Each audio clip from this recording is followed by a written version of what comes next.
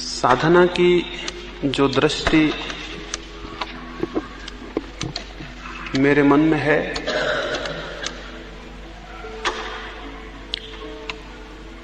वो किन्हीं शास्त्रों पर, किन्हीं ग्रंथों पर, किसी विशेष संप्रदाय पर आधारित नहीं है।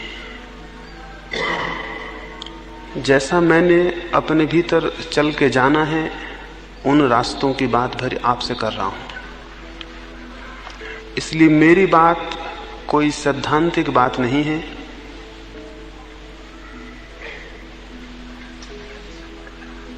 उस पर जब मैं आपसे कह रहा हूं कि आप चलें और देखें, तो मुझे रत्ती भर भी ऐसा ख्याल नहीं है कि आप चलेंगे तो जो पाने की आपकी कल्पना है उसे आप नहीं पा सकेंगे। इसलिए ये आश्वासन और विश्वास है कि जिन रास्तों पर मैंने प्रवेश करके देखा है, केवल उनकी ही आपसे बात कर रहा हूं। एक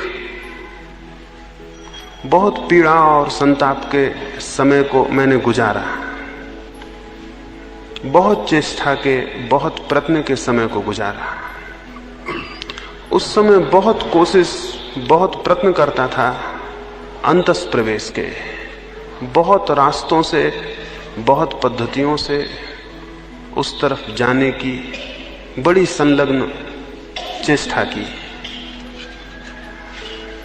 बहुत पीड़ा के दिन थे और बहुत दुख और परेशानी के दिन थे,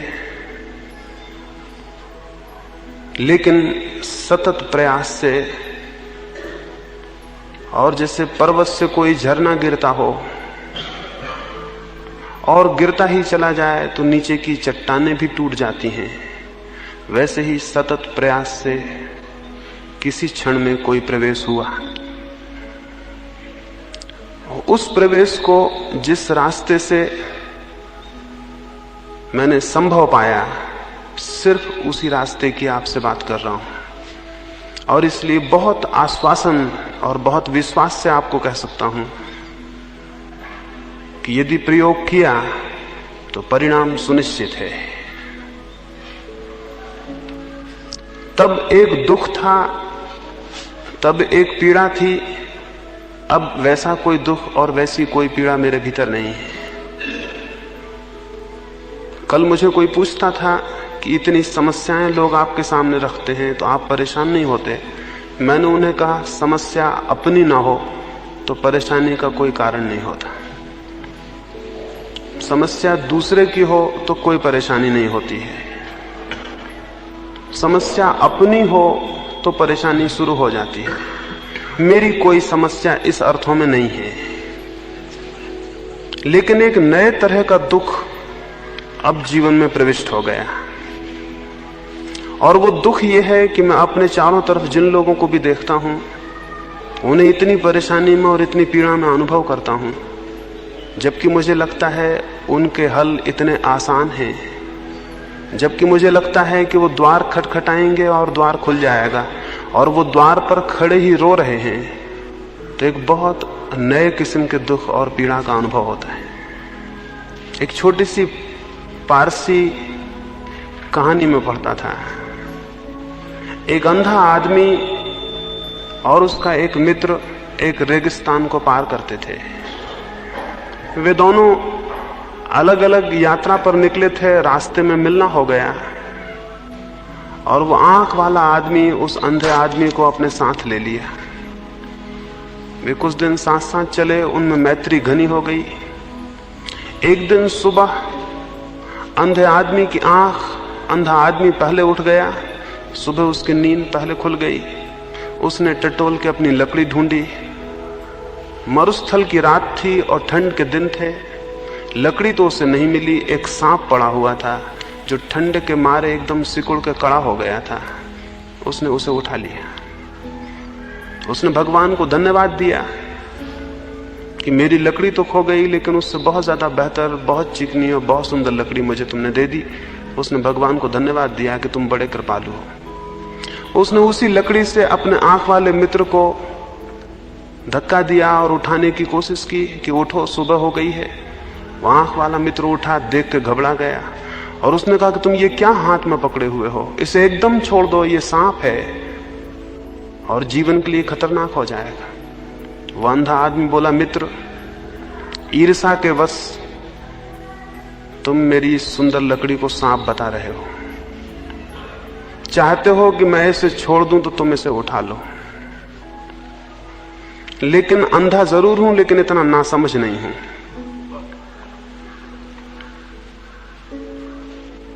उस आंख वाले आदमी ने कहा, पागल हो गए हो, उसे एकदम छोड़ दो, वो सांप है और जीवन का खतरा है। अंधा आदमी हंसा और बोला, तुम इतने दिन मेरे साथ रहे लेकिन ये न समझ पाए कि मैं भी समझदार हूं।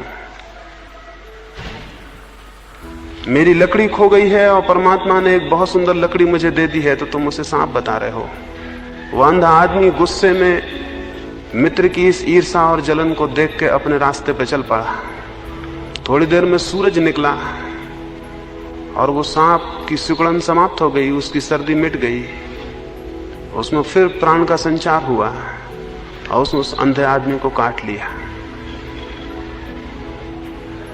मैं जिस दुख की आपको बात कह रहा हूं वो वही दुख है जो उस सुबह उस आंख वाले आदमी को उस अंधे मित्र के प्रति हुआ होगा। वैसे ही एक दुख में चारों तरफ जो लोग दिखाई पड़ते हैं उनके प्रति मुझे अनुभव होता है। वे हाथ में जो लिए हैं वो लकड़ी नहीं है, वे हाथ में जो लिए हैं वो सांप है। लेकिन अगर मैं उनको कहूं कि ये सांप है तो शायद उनके मन में हो, न मालूम किस ईर्ष्या के वश, न मालूम किस कारण हमारी लकड़ियों को सांप बताया जा रहा है। ये मैं किसी और के लिए नहीं कह रहा हूं, ये मैं आपके लिए कह रहा हूं।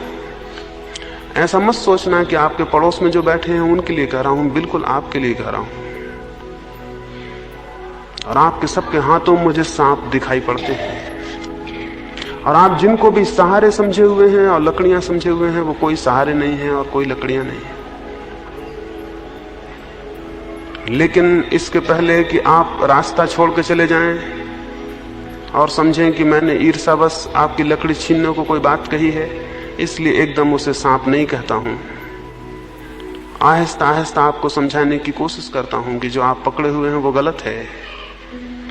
बल्कि ये भी नहीं कहता हूं कि जो पकड़े हुए हैं गलत हैं, यही कहता हूं कि कुछ और भी श्रेष्ठ है जो पकड़ा जा सकता है। किसी और विराट आनंद को पकड़ा जा सकता है, जीवन में किन्हीं और बड़े सत्यों को पकड़ा जा सकता है। जो आप पकड़े हैं वो आपके डुबाने का कारण हो जाएगा। जीवन भर हम जो करते हैं वही हमें डुबा देता है, सारे जीवन को नष्ट कर देता है। और जब जीवन नष्ट हो जाता है, समाप्त हो जाता है, तब हमें जो पीड़ा और परेशानी पकड़ती है, मृत्यु के क्षण में, अंतिम दिनों में जो मनुष्य को कष्ट पकड़ लेता है, जो संताप पकड़ लेता है, वो यही होता है कि एक बहुत अद्भुत जीवन को मैंने व्यर्थ खो दिया। तो आज की सुबह में सबसे पहले तो ये बात कहूं कि जिस प्यास के लिए मैंने रात को आपको कहा था, वो तभी पैदा होगी आप में जब आपको ये दिखाई पड़े और ये अनुभव हो कि जिस जीवन को आप जी रहे हैं वो एकदम गलत है। उस प्यास का जन्म तभी होगा जब आप समझें कि आप जिस जीवन को जी रहे हैं वो गलत है और सार्थक नहीं है। और क्या ये बहुत कठिन बात है समझ लेना? क्या आप सोचते हैं जो आप इकट्ठा कर रहे हैं वो सच में संपत्ति है? क्या आप सोचते हैं कि जो आप इकट्ठा कर रहे हैं उससे आपको जीवन उपलब्ध होगा? क्या आप सोचते हैं कि जो श्रम आप कर रहे हैं जिन दिशाओं में, उन दिशाओं में आप रेत पर, पानी पर महल खड़े कर रहे हैं या कि किसी चट्टान पर नींव रख रहे हैं? इसे थोड़ा विचारना, इस पर थोड़ा मनन करना जरूरी है। जो लोग भी थोड़ा सा चिंतन और मनन करेंगे जीवन के संबंध में, उनकी प्यास जगनी शुरू हो जाएगी। सत्य की प्यास चिंतन और मनन से पैदा होती है। हम में से बहुत कम लोग जीवन के संबंध में सोचते हैं, बहुत कम लोग। अधिक लोग इस तरह जीते हैं जैसे कोई लकड़ी के टुकड़े को नदी में बहा दे और वो बहा चला जाए, और लहरें उसे जहां ले जाएं वहां चला जाए, किनारों पे ले जाएं तो किनारे चला जाए, और मझधार में ले आएं तो मझधार में आ जाए, जिसका अपना कोई जीवन नहीं होता। एक लकड़ी के टुकड़े की तरह हम में से अधिक लोग जीते हैं। समय और परिस्थितियां जहां ले जाती हैं हम चले जाते हैं। जीवन पर मनन और चिंतन इस बात की सूचना बनेगा कि क्या आपको एक लकड़ी के टुकड़े की तरह होना है जो नदी में बहे, क्या आपको एक सूखे हुए पत्ते की तरह होना है जिसे हवाएं जहां ले जाएं वहां चला जाए, या आपको एक व्यक्ति बनना है, एक इंडिविजुअल, एक व्यक्ति और एक सचेतन व्यक्ति जिसकी अपनी जीवन की दिशा है, जिसने तय किया कि कहां जाना और कहां पहुंचना, और जिसने तय किया कि क्या बनना और क्या होना, जिसने अपने जीवन को अपने हाथ में लिया है और उसके निर्माण को अपने हाथ में लिया है। मनुष्य की सबसे बड़ी कृति स्वयं मनुष्य है और मनुष्य का सबसे बड़ा सृजन स्वयं का निर्माण है। और आप कुछ भी बनाएं, वो बनाना किसी काम का नहीं है, वो सब पानी पर खींची गई लकीरों की तरह एक दिन मिट जाएगा। जो आप अपने भीतर निर्मित करेंगे और अपने को बनाएंगे, तो आप एक चट्टान पर, एक लोहे की चट्टान पर कुछ लिख रहे हैं जिसके कि फिर निशान कभी मिटते नहीं हैं, जो कि अमिट रूप से आपके साथ होगा। तो अपने जीवन के बाबत ये विचार करें, आप एक लकड़ी के टुकड़े तो नहीं हैं जो नदी में बह रहा है, आप दरख्त से पतझड़ में गिर गए एक पत्ते तो नहीं हैं जो हवाओं में उड़ रहा है। और आप विचार करेंगे तो आपको दिखाई पड़ेगा आप एक लकड़ी के टुकड़े हैं, और आपको दिखाई पड़ेगा पतझड़ में गिर गए एक पत्ते हैं जिसे हवाएं कहीं भी उड़ा रही हैं। अभी सड़कें उन पत्तों से भरी हुई हैं और वे पत्ते जहां भी हवाएं आती हैं वहीं सरक जाते हैं। आपने जिंदगी में सचेतन विकास किया है या केवल हवा के धक्कों पर उड़ते रहे हैं? और अगर हवा के धक्कों पर उड़ते रहे तो क्या कहीं पहुंच सकेंगे? क्या कोई कभी इस तरह पहुंचा है? जीवन में एक सचेतन लक्ष्य न हो तो कोई कहीं पहुंचता नहीं। सचेतन लक्ष्य की प्यास इस बात से पैदा होगी कि आप चिंतन करें और मनन करें और विचार करें। बुद्ध के बाबत आपने सुना होगा, उन्हें जिस बात से विराग हुआ, जिस बात से वे विराग के जीवन में प्रविष्ट हुए, जिस बात से उन्हें सत्य की आकांक्षा पैदा हुई, वो कहानी बड़ी प्रचलित है, बड़ी अर्थपूर्ण है।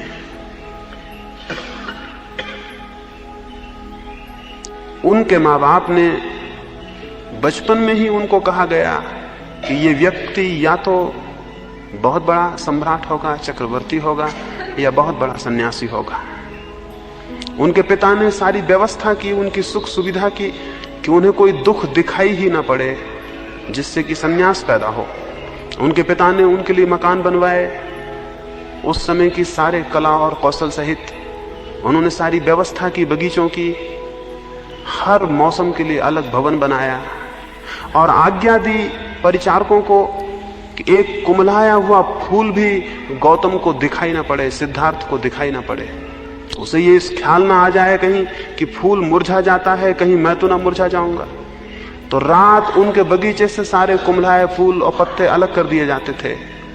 जो दरख्त थोड़े भी कमजोर हो जाते वो उखाड़ के अलग कर दिए जाते थे। उनके आसपास युवक और युवतियां इकट्ठी थीं, कोई वृद्ध नहीं प्रवेश पाता था। कहीं सिद्धार्थ को ये विचार ना उठाए कि लोग बूढ़े हो जाते हैं, कहीं मैं तो बूढ़ा ना हो जाऊंगा। जब तक वे युवा हुए उन्हें पता नहीं था कि मृत्यु भी होती है। उन तक कोई खबर मृत्यु की नहीं पहुंचाई जाती थी। उनके गांव में लोग मरते भी हैं, इससे उन्हें बिल्कुल अपरिचित रखा गया। कहीं उन्हें ये चिंतन पैदा ना हो जाए कि लोग मरते हैं तो मैं भी तो नहीं मर जाऊंगा। मैं चिंतन का मतलब समझा रहा हूं। चिंतन का मतलब यह है कि चारों तरफ जो घटित हो रहा है उस पर विचार करिए। मृत्यु घटित हो रही है तो सोचिए कि मैं तो नहीं मर जाऊंगा। बुढ़ापा घटित हो रहा है तो सोचिए कि मैं तो बूढ़ा नहीं हो जाऊंगा। चिंतन न पैदा हो जाए बुद्ध में, इसलिए उनके पिता ने सारा उपाय किया। और मैं चाहता हूं कि आप सारा उपाय करें कि चिंतन पैदा हो जाए। उन्होंने उपाय किया कि चिंतन पैदा ना हो जाए, लेकिन चिंतन पैदा हुआ। एक दिन बुद्ध गांव से निकले और राह पर उन्होंने देखा एक बूढ़ा आदमी चला आता है। उन्होंने अपने सारथी को पूछा, इस आदमी को क्या हो गया? ऐसा आदमी भी होता है? सारथी ने कहा, झूठ में कैसे बोलूं, हर आदमी अंत में ऐसे ही हो जाता है। बुद्ध ने तत्क्षण पूछा, मैं भी? उस सारथी ने कहा, भगवान झूठ में कैसे कहूं, कोई भी अपवाद नहीं है। बुद्ध ने कहा, वापस लौट चलो, मैं बूढ़ा हो गया, बुद्ध ने कहा वापस लौट चलो, मैं बूढ़ा हो गया, अगर कल हो ही जाना है तो बात समाप्त हो गई। इसको मैं चिंतन कहता हूं। लेकिन सारथी ने कहा हम एक युवक महोत्सव में जा रहे हैं, सारे गांव के लोग प्रतीक्षा करेंगे, इसलिए चलें। बुद्ध ने कहा अब चलने में कोई रस न रहा, युवक महोत्सव व्यर्थ है क्योंकि बुढ़ापा आता है। लेकिन वे गए और आगे बढ़े और उन्होंने देखा एक अर्थी लिए जाते हैं लोग, कोई मर गया है। बुद्ध ने पूछा ये क्या हुआ, ये लोग क्या करते हैं, ये कंधों पर किस चीज को लिए हैं? सारथी ने कहा कैसे कहूं, आज्ञा नहीं, लेकिन असत्य न बोल सकूंगा। यह आदमी मर गया, एक आदमी मर गया है, उसे लोग लिए जाते हैं। बुद्ध ने पूछा मरना क्या है? और उन्हें पहली दफा पता चला एक दिन जीवन की सरिता सूख जाती है और आदमी मर जाता है। बुद्ध ने कहा बिल्कुल वापस लौट चलो, मैं मर गया, यह आदमी नहीं मरा, मैं मर गया। इसको मैं चिंतन कहता हूं। वह आदमी चिंतन और मनन में समर्थ हुआ है जिसने दूसरे पे जो घटा है उससे समझा और जाना है कि वो उस पर भी घटित होगा। वे लोग अंधे हैं जो चारों तरफ जो घटित हो रहा है उसे नहीं देख रहे हैं, और इस अर्थ में हम सब अंधे हैं। और इसलिए मैंने वो कहानी कही अंधे आदमी की जो सांप को हाथ में लिए चलता है। इसलिए आपको पहला जो बहुत महत्वपूर्ण है वो ये कि आंख खोल के चारों तरफ देखिए क्या घटित हो रहा है, और उस घटित होने से चिंतन पैदा होगा, मनन पैदा होगा, और वो मनन प्यास देगा और किसी विराट सत्य को जानने की। ये इस पीड़ा को बहुत मैंने अनुभव किया। वो पीड़ा गई और उसके जाने में जिन सीढ़ियों को मुझे दिखाई पड़ना शुरू हुआ, उन सीढ़ियों में पहली सीढ़ी की आज मैं चर्चा करूंगा। ऐसा मुझे दिखाई पड़ता है कि परम जीवन या परमात्मा या आत्मा या सत्य को पाने के लिए दो बातें जरूरी हैं। एक बात तो जरूरी है जो परिधि की जरूरत है, समझें साधना की परिधि, और एक बात जरूरी है जिसको हम कहेंगे साधना का केंद्र। साधना की परिधि और साधना का केंद्र, या साधना का शरीर और साधना की आत्मा। साधना की परिधि पर आज मैं चर्चा करूंगा, और कल साधना की आत्मा पर या साधना के केंद्र पर, और परसों साधना के परिणाम पर। ये तीन ही बातें हैं, साधना की परिधि, साधना का केंद्र और साधना का परिणाम। या यूं कह सकते हैं कि साधना की भूमिका, साधना और साधना की सिद्धि। साधना की भूमिका या साधना की परिधि में आपकी जो परिधि है वही संबंधित होती है। आपके व्यक्तित्व की परिधि आपका शरीर है, साधना की परिधि भी आपका शरीर है। साधना का बिल्कुल प्रारंभिक चरण आपके शरीर पर रखना होता है। इसलिए एक बात स्मरण रखें कि शरीर के संबंध में अगर सुनी सुनाई कोई बुरी भावना मन में हो उसे फेंक दें। शरीर मात्र साधन है, संसार का भी और सत्य का भी। शरीर न शत्रु है न मित्र है, शरीर मात्र साधन है। आप चाहें तो उससे पाप करें और चाहें तो पुण्य करें, चाहें तो संसार में प्रविष्ट हो जाएं और चाहें तो परमात्मा में प्रवेश पा लें। शरीर मात्र साधन है, उसके संबंध में कोई दुर्भाव मन में ना रखें। ऐसे बहुत सी बातें प्रचलित हो गई हैं कि शरीर दुश्मन है और शरीर पाप है और शरीर बुरा है और शत्रु है और इसका दमन करना है। वो मैं आपको कहूं गलत है। न शरीर शत्रु है न शरीर मित्र है, आप उसका जैसा उपयोग करते हैं वही वो साबित हो जाता है। और इसलिए शरीर बड़ा अद्भुत है, शरीर बड़ा अद्भुत है। दुनिया में जो भी बुरा हुआ है वो भी शरीर से हुआ है, और जो भी शुभ हुआ है वो भी शरीर से हुआ है। शरीर केवल एक उपकरण है, एक यंत्र है साधना भी जरूरी है कि शरीर से शुरू हो, क्योंकि बिना इस यंत्र को व्यवस्थित किए आगे कोई भी नहीं बढ़ सकता। शरीर को बिना व्यवस्थित किए कोई आगे नहीं बढ़ सकता। तो पहला चरण है शरीर शुद्धि। शरीर जितना शुद्ध होगा उतना अंतस में प्रवेश में सहयोगी हो जाएगा। शरीर शुद्धि के क्या अर्थ है? शरीर शुद्धि का पहला तो अर्थ है शरीर के भीतर, शरीर के संस्थान में, शरीर के यंत्र में कोई भी रुकावट, कोई भी ग्रंथि, कोई भी कॉम्प्लेक्स ना हो, तब शरीर शुद्ध होता है। समझे शरीर में कैसे कॉम्प्लेक्स और ग्रंथियां पैदा होती हैं। अगर शरीर बिल्कुल निर्ग्रंथ हो, उसमें कोई ग्रंथि ना हो, उसमें कोई उलझन ना हो, शरीर में कहीं कोई अटकाव ना हो, तो शरीर शुद्ध स्थिति में होता है और अंतस प्रवेश में सहयोगी हो जाता है। अगर आप बहुत क्रुद्ध होंगे, क्रोध करेंगे और क्रोध को प्रकट ना कर पाएंगे, तो उस क्रोध की जो ऊष्मा और गर्मी पैदा होगी वो शरीर के किसी अंग में ग्रंथि पैदा कर देगी। आपने देखा होगा क्रोध में हिस्टीरिया आ सकता है, क्रोध में कोई बीमारी आ सकती है, भय में कोई बीमारी आ सकती है। अभी जो सारे प्रयोग चलते हैं स्वास्थ्य के ऊपर, उनसे ज्ञात होता है कि 100 बीमारियों में कोई 50 बीमारियां शरीर में नहीं होती, मन में होती हैं, लेकिन मन की बीमारियां शरीर में ग्रंथि पैदा कर देती हैं। और शरीर में अगर ग्रंथियां पैदा हो जाएं, शरीर में अगर गांठें पैदा हो जाएं, तो शरीर का संस्थान जकड़ जाता है और अशुद्ध हो जाता है। तो शरीर शुद्धि के लिए सारे योग ने, सारे धर्मों ने बड़े अद्भुत और क्रांतिकारी प्रयोग किए हैं, और उन प्रयोगों को थोड़ा समझना जरूरी है। और अगर अपने शरीर पर आप करते हैं तो आप थोड़े ही दिनों में हैरान हो जाएंगे, ये शरीर तो बड़ी अद्भुत जगह है, बड़ी अद्भुत बात है। और तब ये आपको शत्रु ना मालूम होगा, बल्कि मंदिर मालूम होगा जिसके भीतर परमात्मा विराजमान है। तब ये दुश्मन नहीं मालूम होगा, ये बड़ा साथी मालूम होगा, और आप इसके प्रति अनुग्रहित होंगे, क्योंकि शरीर आपका नहीं है, पदार्थ से बना है।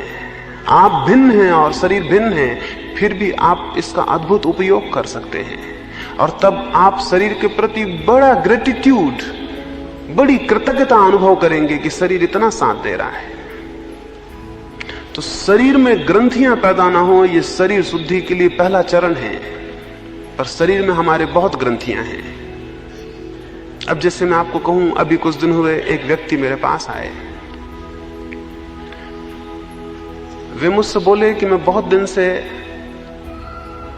कुछ किसी धर्म की साधना करता हूं, मन बड़ा शांत हो गया है। मैंने उनसे कहा कि मुझे आपका मन शांत दिखाई नहीं पड़ता। वे बोले आप कैसे कह सकते हैं? मैंने उनसे कहा कि जितनी देर से आप आए हैं आपके दोनों पैर इतने हिल रहे हैं, वो दोनों पैरों को बैठे हैं और जोर से हिला रहे हैं। मैंने उनसे कहा यह असंभव है कि मन शांत हो, पैर इस भांति हिले।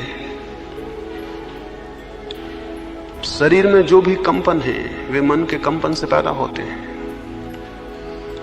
मन का कंपन जितना कम होने लगता है, शरीर उतना स्थिर मालूम होने लगेगा। ये बुद्ध और महावीर की मूर्तियां जो बिल्कुल पत्थर जैसी मालूम होती हैं, ये आदमी भी बैठे होते तो भी ऐसे ही मालूम होते थे। ये मूर्तियां ही पत्थर जैसी नहीं मालूम होती, इन आदमियों को भी आपने देखा होता तो ये बिल्कुल पत्थर जैसे मालूम होते। हमने इनकी पत्थर की मूर्तियां व्यर्थ ही नहीं बनाई, उसके पीछे कारण था, ये बिल्कुल पत्थर जैसे मालूम होने लगे थे। इनके भीतर कंपन विलीन हो गए थे, या कि कंपन सार्थक थे, जब उनकी जरूरत थी होते थे, अन्यथा वो विलीन थे। आप जब पैर हिला रहे हैं तो आपके भीतर अशांति से जो एनर्जी पैदा हो रही है, जो शक्ति पैदा हो रही है, उसे निकालने का कोई रास्ता ना पाके पैर में कंपित होकर वो निकल रही है। जब एक आदमी क्रोध में होता है उसके दांत भिज जाते हैं और मुट्ठियां बन जाती हैं, क्यों? उसकी आंखों में खून उतर आता है, क्यों? आखिर मुट्ठियां बंधने से क्या प्रयोजन? अगर आप अकेले में भी किसी पे क्रुद्ध होंगे तो भी मुट्ठियां बन जाएंगी, वहां तो कोई मारने को भी नहीं जिसको आप मारें। लेकिन जो शक्ति क्रोध से पैदा हो रही है उसका निष्कासन कैसे होगा? हाथ के स्नायु खिंच के उस शक्ति को व्यय कर देते हैं।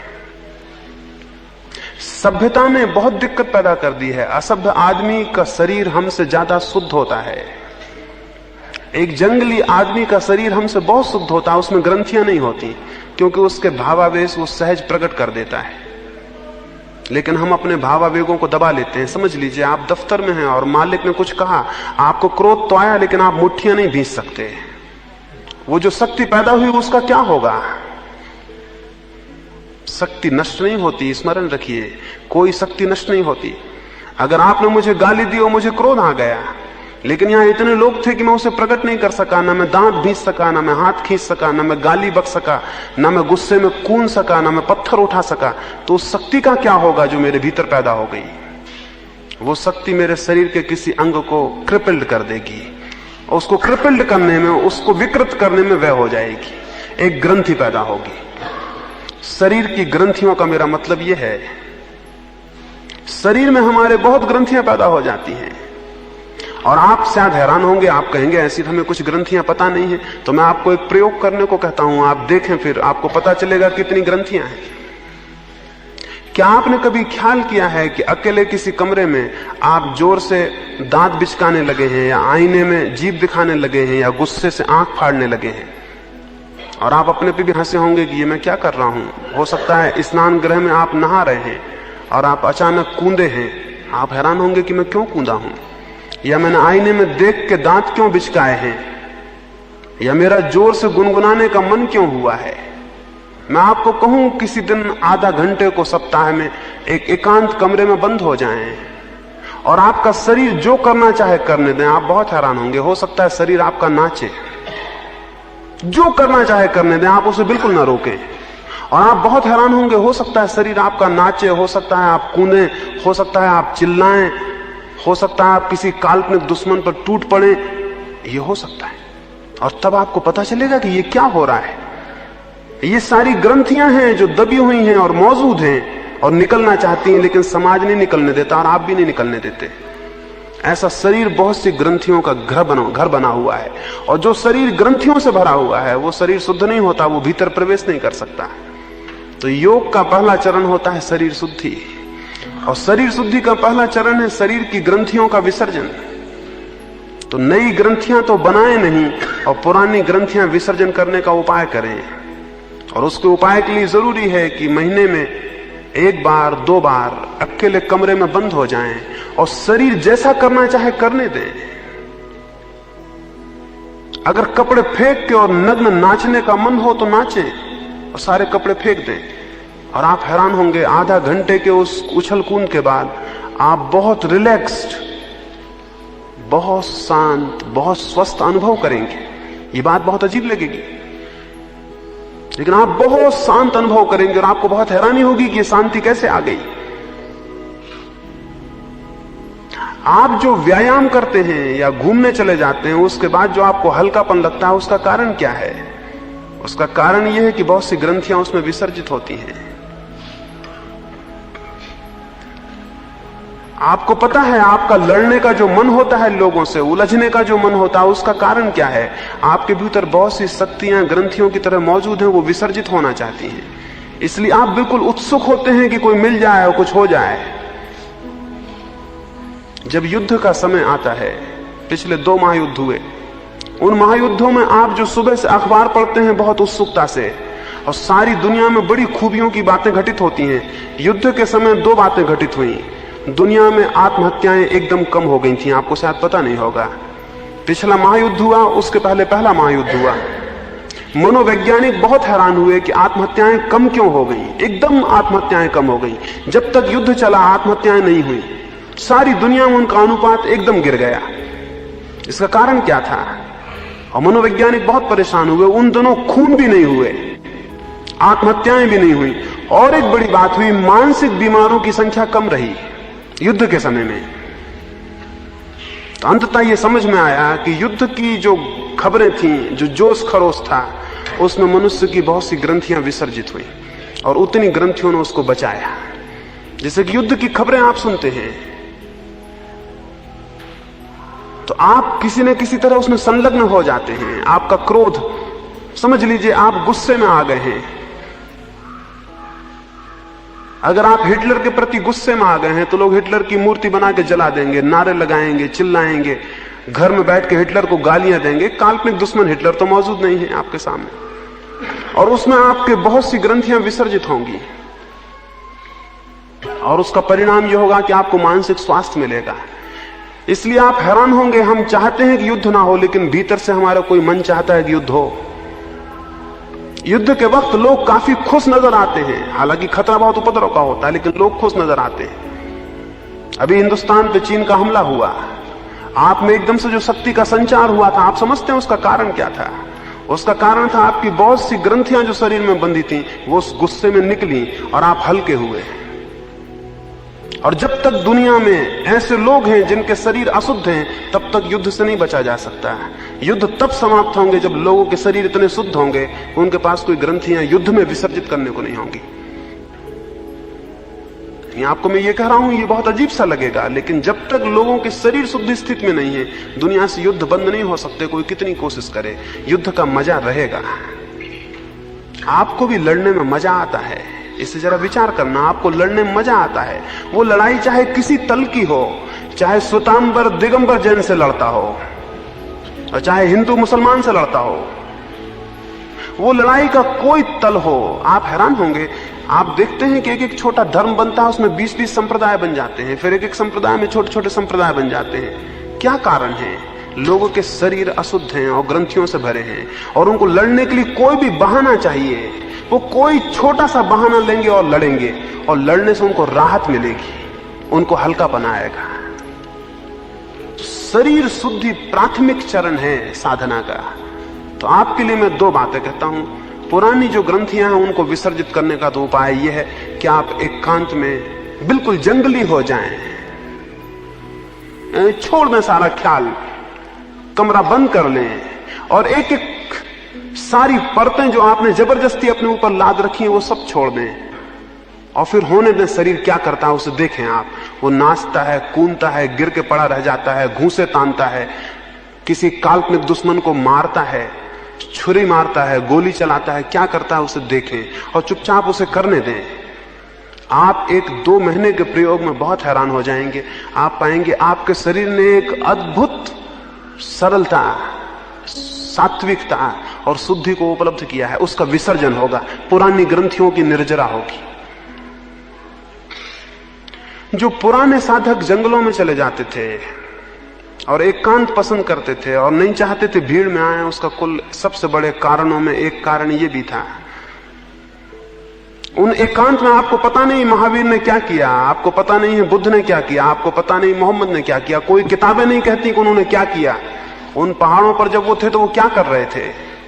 मैं आपको कहता हूं कि ये हो नहीं सकता कि उन्होंने ये ना किया हो, कि उन्होंने शरीर की ग्रंथियां विसर्जित ना की हो। महावीर को तो हम निर्ग्रंथ कहते हैं, और उसका मैं जो अर्थ करता हूं यही करता हूं।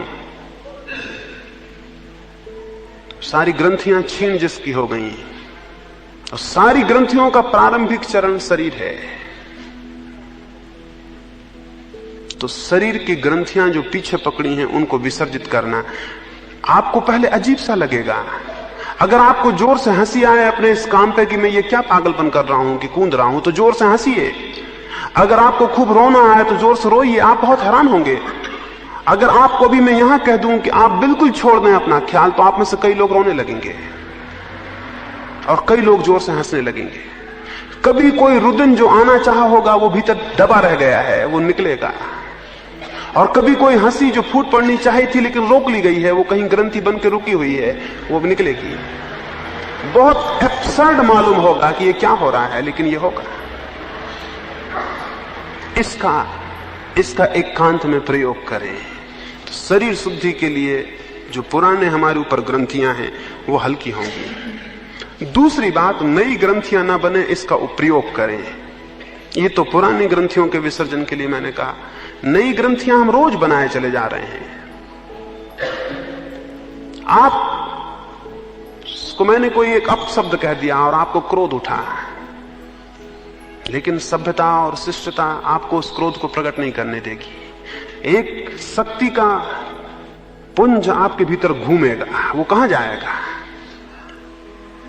वो किन्हीं नसों को सिकोड़ के इर्छा तिरछा करके बैठ जाएगा। इसलिए क्रोधी आदमी के चेहरे में, आंखों में, और शांत आदमी के चेहरे में और आंखों में फर्क होता है, क्योंकि वहां किसी क्रोध के वेग ने किसी चीज को विकृत नहीं किया है। और शरीर तब अपने परिपूर्ण सौंदर्य को उपलब्ध होता है जब उसमें कोई ग्रंथियां नहीं होती। नहीं, शरीर के सौंदर्य का कोई और मतलब ही नहीं है। आंखें तब बड़ी सुंदर हो जाती हैं, तब कुरूप से कुरूप शरीर भी सुंदर दिखने लगता है। गांधी का शरीर कुरूप था जब वे युवा थे, लेकिन जैसे जैसे वे बूढ़े होते गए उनमें एक अभिनव सौंदर्य आया जो बहुत अद्भुत था। वो सौंदर्य शरीर का नहीं था, वो ग्रंथियों के क्षीण होने का था। उसे कम लोग पहचाने और समझे होंगे। गांधी कुरूप थे, इसमें कोई शक नहीं है। गांधी का शरीर किसी भी सौंदर्य के मापदंड से सुंदर नहीं था। और अगर आप उनके पुराने चित्र देखेंगे तो बचपन उनका कुरूप है, जवानी उनकी कुरूप है, लेकिन जैसे जैसे वे बूढ़े होते हैं वे कुछ सुंदर होते जाते हैं। बुढ़ापे में तो आदमी और असुंदर होता है, पर वे सुंदर होते जा रहे हैं। और अगर जीवन का ठीक विकास हो तो जवानी उतनी सुंदर नहीं होती जितना बुढ़ापा होता है, क्योंकि जवानी में बड़े वेग होते हैं, बुढ़ापा बड़ा निरावेग हो जाता है। अगर ठीक से विकास हो तो बुढ़ापा सुंदरतम क्षण है जीवन का, क्योंकि उस वक्त सारे वेग क्षीण हो जाते हैं, सारी ग्रंथियां विलीन होनी चाहिए अगर ठीक विकास हो। इसलिए अगर आप ख्याल करेंगे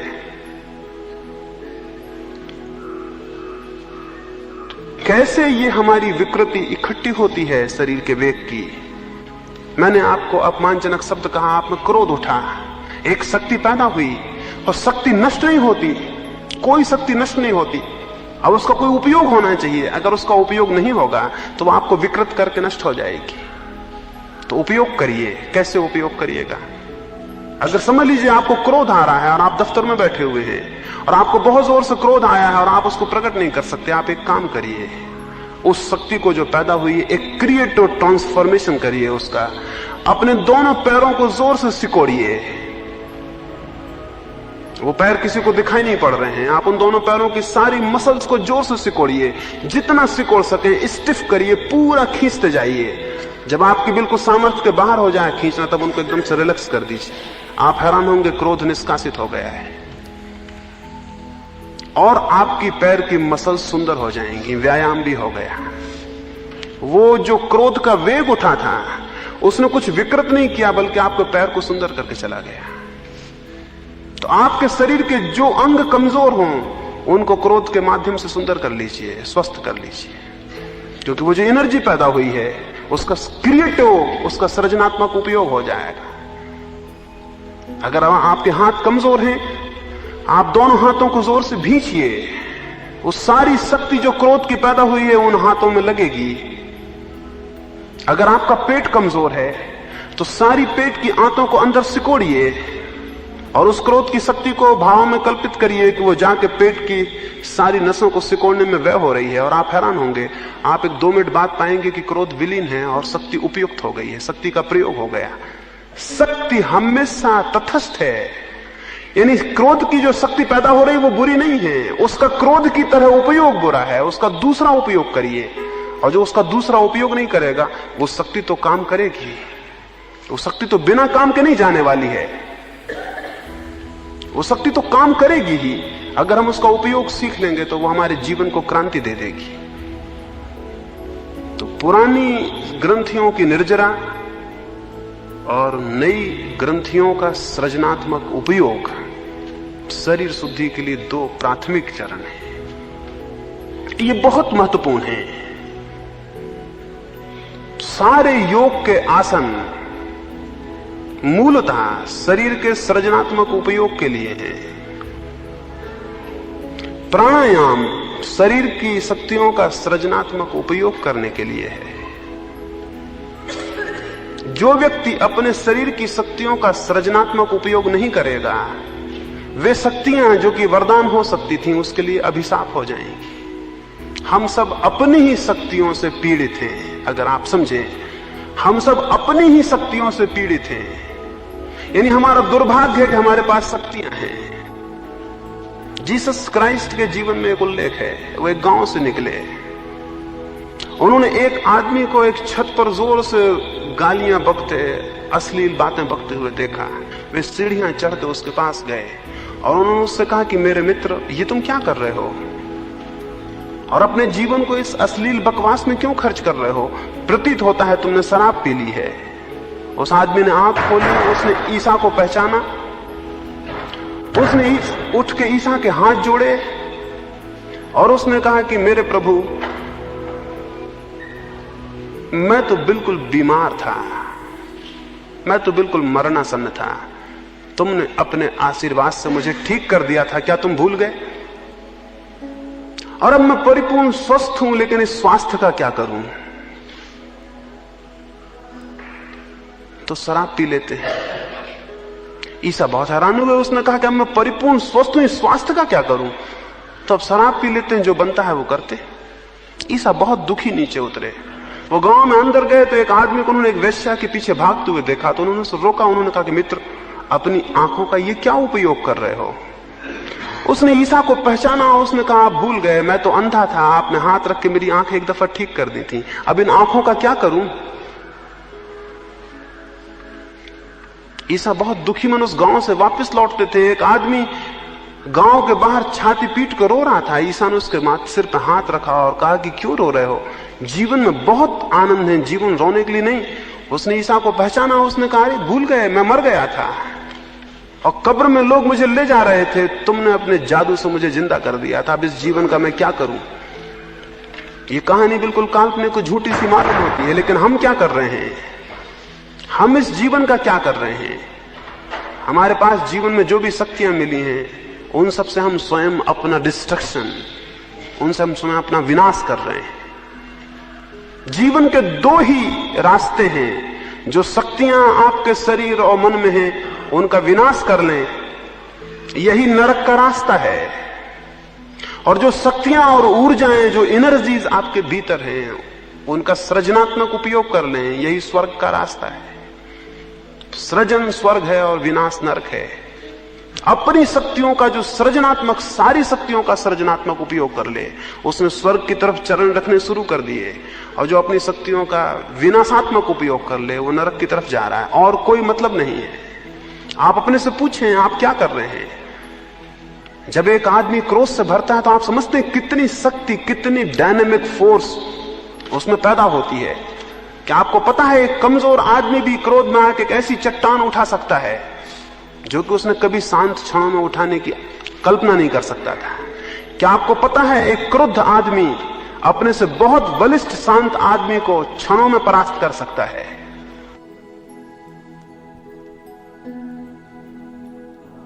एक दफा जापान में ऐसा हुआ। वहां एक वर्ग होता है समुराई, वहां के क्षत्रिय हैं वो, उनका धंधा तलवार है और जीवन मरना वही उनका शौक है। एक समुराई बहुत बड़ा सैनिक था, बहुत बड़ा सेनापति था। उसकी पत्नी से उसके घर में जो नौकर था उसका प्रेम हो गया।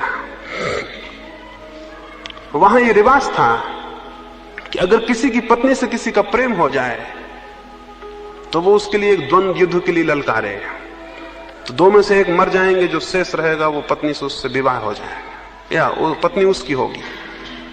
उसके नौकर का समुराई एक बहुत बड़े सेनापति की पत्नी से प्रेम हो गया। और सेनापति ने कहा, पागल, अब द्वंद्व युद्ध के सिवा कोई रास्ता नहीं है, अब हम लड़ेंगे, अब तू कल तलवार लेके सुबह आ जा।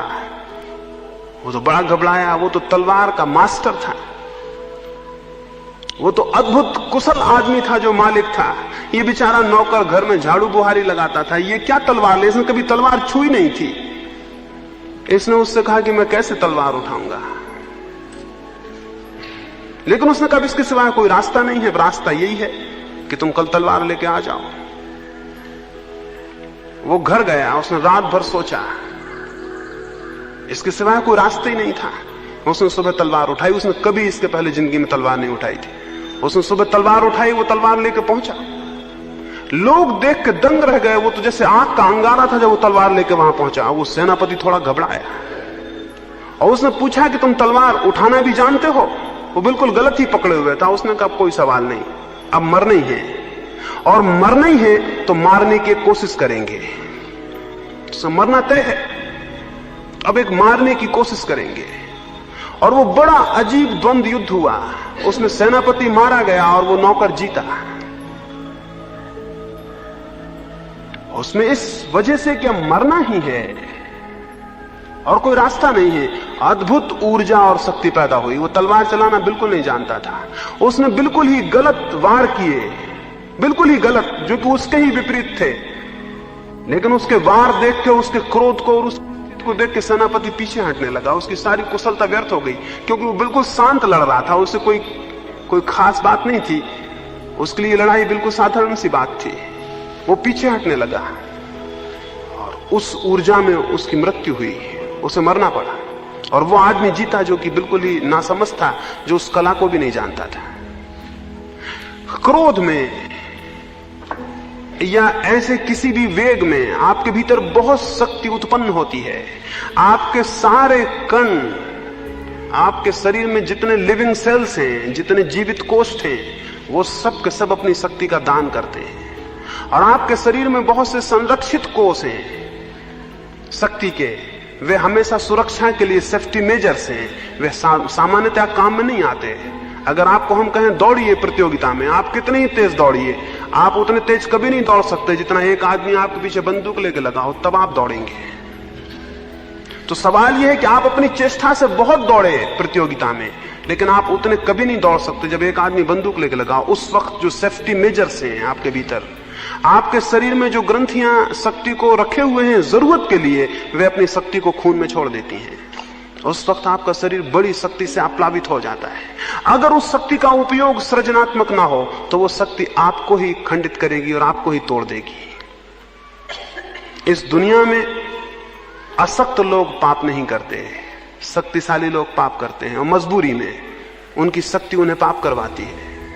इस दुनिया में अशक्त लोग बुरे काम नहीं करते। इस दुनिया में शक्तिशाली लोग बुरे काम करने को मजबूर हो जाते हैं, क्योंकि शक्ति का सृजनात्मक उपयोग उन्हें पता नहीं है। इसलिए जितने अपराधी हैं, जितने पापी हैं, उन्हें आप शक्ति का स्रोत समझिए, और अगर उन्हें संपर्क मिल जाए तो उनकी सारी शक्तियां अद्भुत रूप से परिवर्तित हो जाती हैं। इसलिए आपको पता होगा, धार्मिक इतिहास में ऐसे सैकड़ों उदाहरण हैं जबकि पापी क्षण भर में पुण्यात्मा हो गए हैं।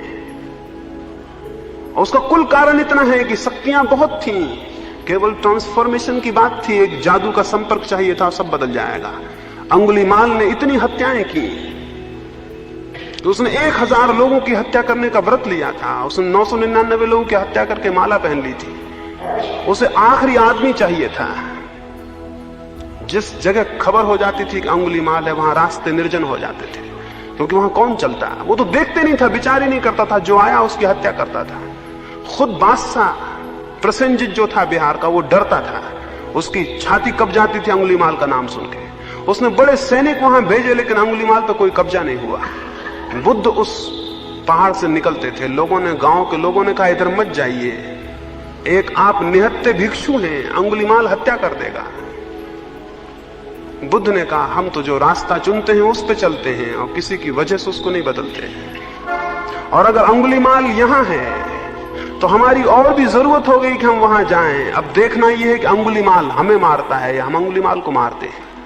तो लोगों ने कहा बड़ी पागलपन की बात है, आपके पास कुछ भी नहीं है, आप अंगुलीमाल को मारिएगा। निहत्थे कमजोर बुद्ध, अंगुलीमाल बड़ा बिल्कुल दैत्य जैसा आदमी। बुद्ध ने कहा अब देखना यह है कि अंगुलीमाल बुद्ध को मारता है या बुद्ध अंगुलीमाल को मारता है, और हम तो जो रास्ता चुनते हैं उस पर चलते हैं। और ये और भी सौभाग्य कि अंगुलीमाल से मिलना हो जाए। अनायास ये मौका आ गया। बुद्ध वहां गए, अंगुलीमाल ने अपनी टेकरी पर से देखा कि निहत्था भिक्षु शांत रास्ते पे चला आ रहा है। उसने वहीं से चिल्ला के कहा कि देखो यहां मत आओ। सिर्फ इसलिए कह रहा हूं कि तुम सन्यासी हो, वापस लौट जाओ। इतनी दया आ गई तुम्हारी चाल देख के, दी में चले आ रहे हो, तुम लौट जाओ, आगे मत बढ़ो, क्योंकि हम किसी पे दया करने के आदी नहीं है, हत्या कर देंगे। बुद्ध ने कहा हम भी किसी की दया करने के आदी नहीं है। बुद्ध ने कहा हम भी किसी की दया करने के आदी नहीं है। और जहां चुनौती हो वहां तो सन्यासी पीछे कैसे लौटेगा। तो हम तो आते हैं, तुम भी आओ। अंगुलीमाल बहुत हैरान हुआ, यह आदमी पागल है। उसने अपना फरसा उठाया, वो नीचे उतरा। जब वो बुद्ध के पास पहुंचा तो बुद्ध से उसने कहा कि अपने हाथ से अपनी मृत्यु मोल ले रहे हो।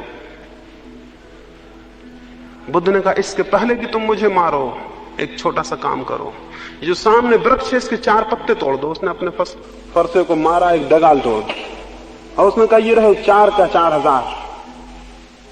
बुद्ध ने कहा एक छोटा काम और करो, इसके पहले कि तुम मुझे मारोगे, इनको वापस उसी दरख्त में जोड़ दो। वो आदमी बोला कि ये तो मुश्किल है।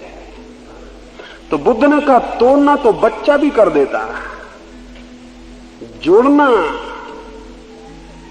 तोड़ना तो बच्चा भी कर देता, जोड़ना जो कर सके उसमें पुरुष है, उसमें पुरुषार्थ है। तुम बहुत कमजोर आदमी हो, तुम सिर्फ तोड़ सकते हो। तुम ये ख्याल छोड़ दो कि तुम बड़े शक्तिशाली हो, एक पत्ता नहीं जोड़ सकते। उसने एक क्षण गौर से सोचा, उसने कहा तो जरूर है, क्या पत्ता जोड़ने का भी कोई रास्ता हो सकता है? बुद्ध ने कहा है, हम उसी रास्ते पे चल रहे हैं। उसने गौर से देखा और उसके स्वाभिमान को पहली दफा यह पता चला मारने में कोई मतलब नहीं है, मारना कमजोर भी कर सकता है। उसने कहा मैं तो कमजोर नहीं हूं, मैं अब क्या करूं? बुद्ध ने कहा मेरे पीछे आओ।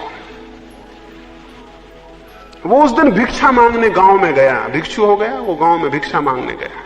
लोगों ने, सब लोग डर के मारे अपने मकानों पे चढ़ गए, उसको पत्थर मारे। वो नीचे गिर पड़ा, लहू लुहान, उस पर पत्थर पड़ रहे हैं। बुद्ध उस किनारे से आए और उससे कहा अंगुलीमाल, ब्राह्मण अंगुलीमाल उठो, आज तुमने पुरुषार्थ को सिद्ध कर दिया।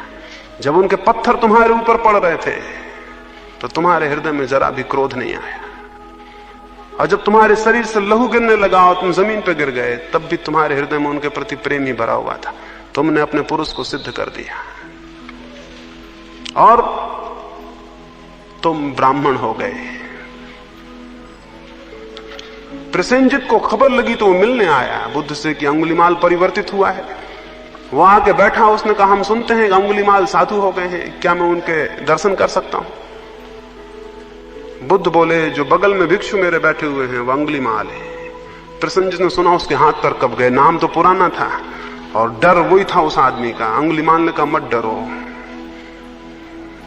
वो आदमी गया, वो शक्ति जो उस आदमी थी परिवर्तित हो गई। अब हम दूसरे रास्ते पर हैं, अब तुम हमें मार डालो तो हमारे मन से तुम्हारे प्रति कोई अशुभ आकांक्षा नहीं उठेगी।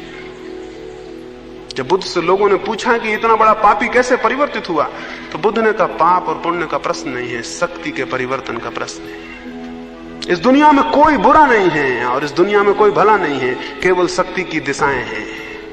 हमारे भीतर बहुत शक्ति है इस शरीर में। इस शरीर की शक्तियों का सृजनात्मक उपयोग, एक तो मैंने कहा कि जब भावावेश उठे तो आप शरीर के किसी अंग से उस भावावेश का उपयोग कर लें, उस एक्सरसाइज में उपयोग कर लें। दूसरी बात, अपने जीवन में कुछ सृजनात्मक काम सीखें। हम सब गैर सृजनात्मक हैं। पुराने दिन थे, कल मैं बात करता था रात, पुराने दिन थे, गांव में एक आदमी जूता बनाता था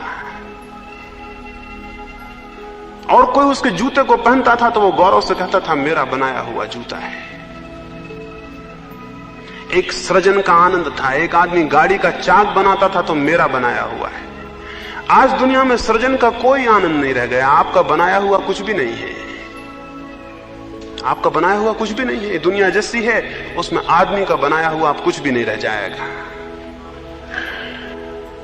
उसका परिणाम यह हुआ है कि जो सृजनात्मक आनंद था आपका वो विलीन हो गया है, और अगर वो विलीन हो जाएगा तो शक्तियों का क्या होगा? वो विनाश की तरफ उत्सुक होंगी। स्वाभाविक शक्ति का कुछ ना कुछ होगा, या तो विनाश होगा या सृजन होगा। तो जीवन में कोई सृजनात्मक काम भी करें, सृजनात्मक मतलब जो सिर्फ आप अपने आनंद के लिए निर्मित कर रहे हैं। एक मूर्ति बनाएं तो कोई हर्ज नहीं, एक गीत लिखें, एक गीत गाएं, एक सितार को बजाएं तो कोई हर्ज नहीं, उसे सिर्फ आनंद के लिए, व्यवसाय के लिए नहीं। जीवन में एक काम चुनें जो आपका आनंद है, जो आपका व्यवसाय नहीं है, तो आपकी बहुत सी शक्तियों का विनाशात्मक रुख परिवर्तित होगा और वो सृजन में लगेंगी। भावावेशों को रोकने के लिए मैंने कहा, और ये सामान्य जीवन को सृजनात्मक दृष्टि दें। कोई फिक्र नहीं, घर में एक बगिया लगाएं और उन फूलों को प्रेम करें और उनका आनंद लें। कोई फिक्र नहीं, एक पत्थर को घिस के छोटी सी मूर्ति बनाएं। हर आदमी जो समझदार है आजीविका के अतिरिक्त कुछ समय सृजन के लिए देगा, और जो नहीं देगा वो गलती में पड़ जाएगा, उसका जीवन खराब हो जाएगा। एक छोटा सा गीत लिखें। कोई फिक्र नहीं, एक अस्पताल में जाएं और कुछ मरीजों को 2-2 फूल दे आएं। कोई फिक्र नहीं, रास्ते पे कोई भिखमंगा मिल जाए 2 क्षणों से गले लगा लें। कोई फिक्र नहीं, कुछ सृजनात्मक करें जो सिर्फ आनंद है आपका, और जिसमें आपको कुछ लेना नहीं है, कुछ देना नहीं है, जिसे कर लेना ही आपका आनंद है। तो जीवन में कुछ एक बिंदु चुने जिसे सिर्फ कर लेना आपका आनंद है। आपकी सारी शक्तियां उस तरफ उन्मुख होंगी और विनाश के लिए आपके पास शक्तियां नहीं बचेंगी। जो आदमी जितना सृजनात्मक होगा उतना ही उसका क्रोध, उसका सेक्स विलीन हो जाएगा। ये असृजनात्मक आदमी के लक्षण हैं। आपके पास बहुत शक्ति है, वो कहां जाएगी? वो सेक्स से निकलेगी, काम वासना से निकलेगी। निकलना जरूरी है। जो दुनिया में बहुत बड़े बड़े सृजनात्मक मूर्तिकार, चित्रकार या कवि हुए हैं, उनके अविवाहित रह जाने का और कोई रहस्य नहीं है। कुल इतना ही रहस्य है कि वो सारी शक्ति उनकी सृजन में विलीन हो गई, वो ट्रांसफॉर्म हो गई, सब्लिमेट हो गई। अगर वो वहां सब्लिमेट ना होती तो बहुत निम्न तल के सृजन में व्यय होती, संतति के सृजन में, वो बच्चे पैदा करने में व्यय होती। वही शक्ति जो कि किन्हीं अमर काव्यों के, अमर चित्रों के निर्माण में व्यय हो गई। तो जीवन में शक्ति का सब्लिमेशन, उसका उदात्तीकरण बहुत जरूरी है। तो एक ये स्मरण रखें, शरीर की संपूर्ण शुद्धि के लिए जीवन में कुछ सृजनात्मक होने की चेष्टा करें। सृजनात्मक मनुष्य ही केवल धार्मिक हो सकता है, और कोई मनुष्य धार्मिक नहीं हो सकता। शरीर शुद्धि के लिए ये बुनियादी बातें मैंने आपसे कही, बहुत बुनियादी। अब बहुत गौण बातें हैं, ये बहुत बुनियादी बातें हैं। इनको जो संभालता है, गौण बातें अपने आप समझ जाएंगी। बहुत गौण बातों में ये है जिसको हम अपने मुल्क में आहार कहते हैं, वो शरीर शुद्धि में उपयोगी है। आपका शरीर तो बिल्कुल भौतिक संस्थान है, उसमें आप जो डालते हैं उसके परिणाम होने स्वाभाविक हैं। अगर मैं शराब पी लूंगा तो मेरे शरीर के सेल बेहोश हो जाएंगे, ये बिल्कुल स्वाभाविक है। और अगर शरीर मेरा बेहोश है तो उस बेहोशी का परिणाम मेरे मन पे पड़ेगा। मन और शरीर बहुत अलग अलग नहीं है, बहुत संयुक्त है। हमारा जो व्यक्तित्व है वो शरीर और मन ऐसा अलग अलग नहीं, शरीर मन ऐसा इकट्ठा है, वो साइकोसोमेटिक है। उसमें हमारा शरीर और मन इकट्ठा है। शरीर का ही अत्यंत सूक्ष्म हिस्सा मन है और मन का ही अत्यंत स्थूल हिस्सा शरीर है। इसे यूं समझिए, ये दोनों बिल्कुल अलग अलग चीजें नहीं हैं। इसलिए जो शरीर में घटित होगा उसके परिणाम मन में प्रतिध्वनित होते हैं, और जो मन में घटित होता है उसके परिणाम शरीर तक आ जाते हैं। अगर मन बीमार है, शरीर ज्यादा देर स्वस्थ नहीं रहेगा। अगर शरीर बीमार है तो मन ज्यादा देर स्वस्थ नहीं रह सकेगा। ये खबरें एक दूसरे में सुनी और समझी जाती हैं। इसलिए जो लोग मन को स्वस्थ रखने का उपाय समझ लेते हैं, वे शरीर के बाबत मुफ्त में बहुत सा स्वास्थ्य उपलब्ध कर लेते हैं, जिसके लिए वो कोई कमाते नहीं, जिसके लिए वो कोई प्रयास नहीं करते। शरीर और मन संयुक्त घटना है। शरीर पर जो होगा वो मन पर होगा। इसलिए आपके अपने आहार में, आपके भोजन में, आपको थोड़ा विवेकपूर्ण होना जरूरी है। पहली बात, वो इतना ज्यादा ना हो कि शरीर उसके कारण आलस्य से भरता हो। आलस्य अशुद्धि है।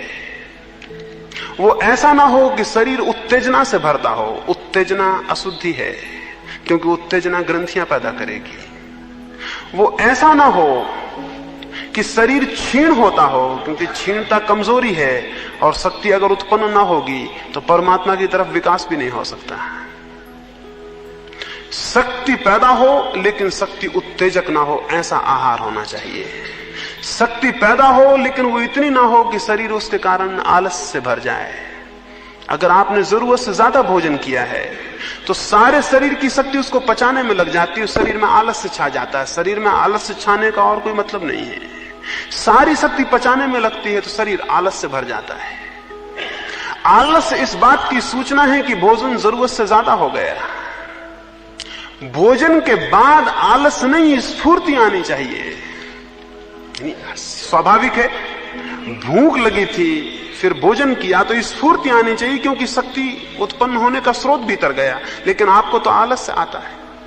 आलस इस बात का मतलब है कि आपने इतना भोजन कर लिया कि अब शरीर की सारी शक्ति उसको पचाएगी, तो शरीर अपने सारी शक्ति को खींच के पेट में ले जाएगा और सब तरफ से शक्ति क्षीण होने से आलस आ जाएगा। तो भोजन स्फूर्ति दे तब सम्यक है। भोजन उत्तेजना ना दे तब सम्यक है। भोजन मादकता ना दे तब सम्यक है। तो तीन बातें स्मरण रखें। भोजन सुस्ती ना दे तो वो शुद्ध है। भोजन उत्तेजना ना दे तो वो शुद्ध है। और भोजन मादकता ना दे तो वो शुद्ध है। ये मोटी बातें हैं और आपको इतना ना समझ में नहीं मानता है कि इनके विस्तार में चर्चा करने की जरूरत है। इनको आप समझेंगे और अपने ढंग से इनको व्यवस्थित करेंगे।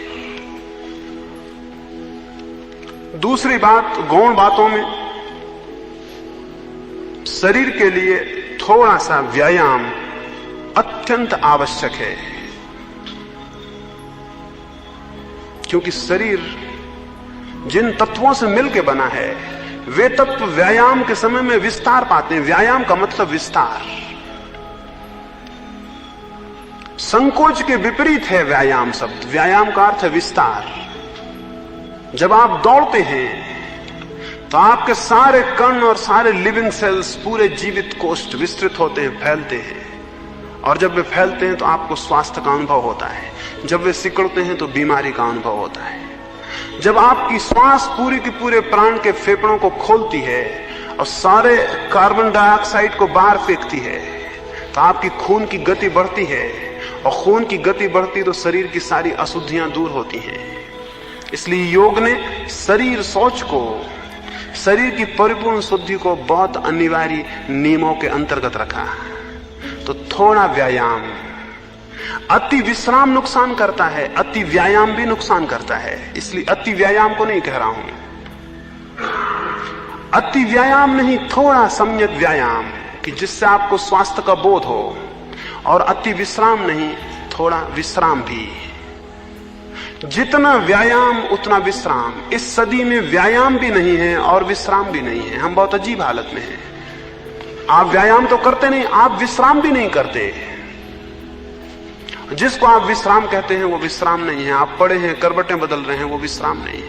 एक गहरी प्रगाढ़ निद्रा जिसमें कि सारा शरीर सो जाए और उसके सारे काम का जो भी बोझ और भार उस पर पड़ा है वो सब विलीन हो जाए। क्या आपने कभी ख्याल किया, अगर आप सुबह बहुत अस्वस्थ उठे हैं और तबीयत ताजी नहीं है तो आपका व्यवहार स्वस्थ नहीं होता। अगर आपको नींद अच्छी नहीं हुई और सुबह एक भिखारी आपसे भीख मांगने आया है, बहुत असंभव है कि आप उसे भीख दे सके। और अगर आप रात बहुत गहरी नींद सोए हैं और किसी ने हाथ बढ़ाए हैं तो बहुत असंभव है कि आप अपने हाथ को देने से रोक सके। इसलिए भिखारी सुबह आपके घर मांगने आते हैं, शाम को नहीं आते, क्योंकि सुबह संभावना मिलने की है, शाम को कोई संभावना नहीं। ये बहुत मनोवैज्ञानिक है। भिखारी यूं नहीं सुबह आपके घर आ रहा है, शाम को नहीं आना है। शाम को कोई मतलब नहीं। शाम को आप इतने थके और शरीर इतना गलत हालत में होगा कि आप शायद ही किसी को कुछ दे सके। इसलिए वो सुबह आता है, अभी सूरज उग रहा है, आप नहाए होंगे, किसी ने घर में प्रार्थना की होगी, वो बाहर आके बैठा है, अभी इनकार करना बहुत मुश्किल होगा। शरीर को ठीक विश्राम मिले तो आपका व्यवहार बदलता है। इसलिए हमने आहार और विहार को संयुक्त माना है हमेशा से। जैसा आहार होगा, जैसा विहार होगा, अगर उन दोनों में सात्विकता होगी तो जीवन में बड़ी गति और बड़ा प्रवेश आंतरिक होना शुरू होता है। स्वास्थ्य की एक भूमिका बहुत जरूरी है और उसके लिए सम्यक आहार, सम्यक व्यायाम और सम्यक विश्राम, इनको आप बुनियादी हिस्से माने। विश्राम भी करने के लिए कुछ समझ चाहिए, जैसा व्यायाम करने के लिए कुछ समझ चाहिए। विश्राम करने के लिए समझ चाहिए, शरीर को छोड़ने की समझ चाहिए। वो हम रात्रि को जब ध्यान करेंगे तो उससे आपको समझ में आएगा कि उस ध्यान के बाद अगर आप विश्राम करते हैं तो विश्राम वास्तविक होगा। हो सकता है यहां कुछ मित्र हों जो शारीरिक रूप से बहुत व्यायाम न कर सकते हों, न जा सकते हों, जंगल और पहाड़ न चढ़ सकते हों। उनके लिए मैं एक दूसरा प्रयोग कहता हूं। वे केवल 15 मिनट को सुबह उठ के स्नान करने के बाद एकांत कमरे में लेट जाएं, आंख बंद कर लें और कल्पना करें कि मैं पहाड़ियां चढ़ रहा हूं और दौड़ रहा हूं। सिर्फ कल्पना करें, कुछ ना करें। वृद्ध हैं, वे नहीं जा सकते हैं, या ऐसी जगह है कि वहां घूमने नहीं जा सकते हैं। एकांत कमरे में लेट जाएं, आंख बंद कर लें और कल्पना करें कि मैं जा रहा हूं, एक पहाड़ चढ़ रहा हूं और दौड़ रहा हूं। धूप तेज है और मैं भागा चला जा रहा हूं, मेरी श्वास जोर से बढ़ रही और आप हैरान होंगे, आपकी श्वास बढ़ने लगेगी और आपकी इमेजिनेशन, आपकी कल्पना जितनी प्रगाढ़ होती जाएगी, आप 15 मिनट में पाएंगे कि जो घूमने का फायदा था वो मिल गया है। आप 15 मिनट बाद बिल्कुल ताजे व्यायाम करके उठाएंगे। जरूरी नहीं है कि आप व्यायाम करने जाएं, शरीर के अणुओं को पता चलना चाहिए कि व्यायाम हो रहा है तो वे तैयार हो जाते हैं, यानी वे उसी स्थिति में आ जाते हैं जिस स्थिति में वस्तुतः आप चले होते तब आते हैं। वे उसी स्थिति में आ जाते हैं। क्या आपने कभी ख्याल नहीं किया, स्वप्न में घबरा गए हो तो उठने के बाद भी हृदय कपता रहता है? क्यों? स्वप्न की घबराहट तो बड़ी झूठी थी, लेकिन हृदय क्यों कप रहा है? जागने पे भी क्यों कप रहा है? हृदय तो कप गया। हृदय को बिल्कुल पता नहीं है कि ये स्वप्न में घटना घटी कि सच में घटना घटी। हृदय को तो पता है कि घटना घटी, बस। तो अगर आप इमेजिनेशन में भी व्यायाम करते हैं तो फायदा उतना ही हो जाता है जितना कि वस्तुतः व्यायाम करिए, कोई भेद नहीं पड़ता। इसलिए जो बहुत समझदार थे इस मामले में, उन्होंने बड़ी अद्भुत तरकीबें निकालनी थी। अगर उन्हें आप एक जेल में भी बंद कर दें तो उनके स्वास्थ्य को कोई नुकसान नहीं पड़ेगा, क्योंकि वो 15 मिनट विश्राम करके और व्यायाम कर लेंगे। इसको भी देखें, जो नहीं जा सकते हैं, नहीं जाने की स्थितियों में हैं, वो इसका प्रयोग करें। और निद्रा के लिए रात्रि का जो ध्यान है उसके बाद निद्रा करें। शरीर ऐसे शुद्ध होगा, और शरीर शुद्ध होगा तो शरीर की शुद्धि भी अपने आप में एक अद्भुत आनंद है, और उस आनंद में फिर और अंतस प्रवेश होता है। ये पहला चरण हुआ।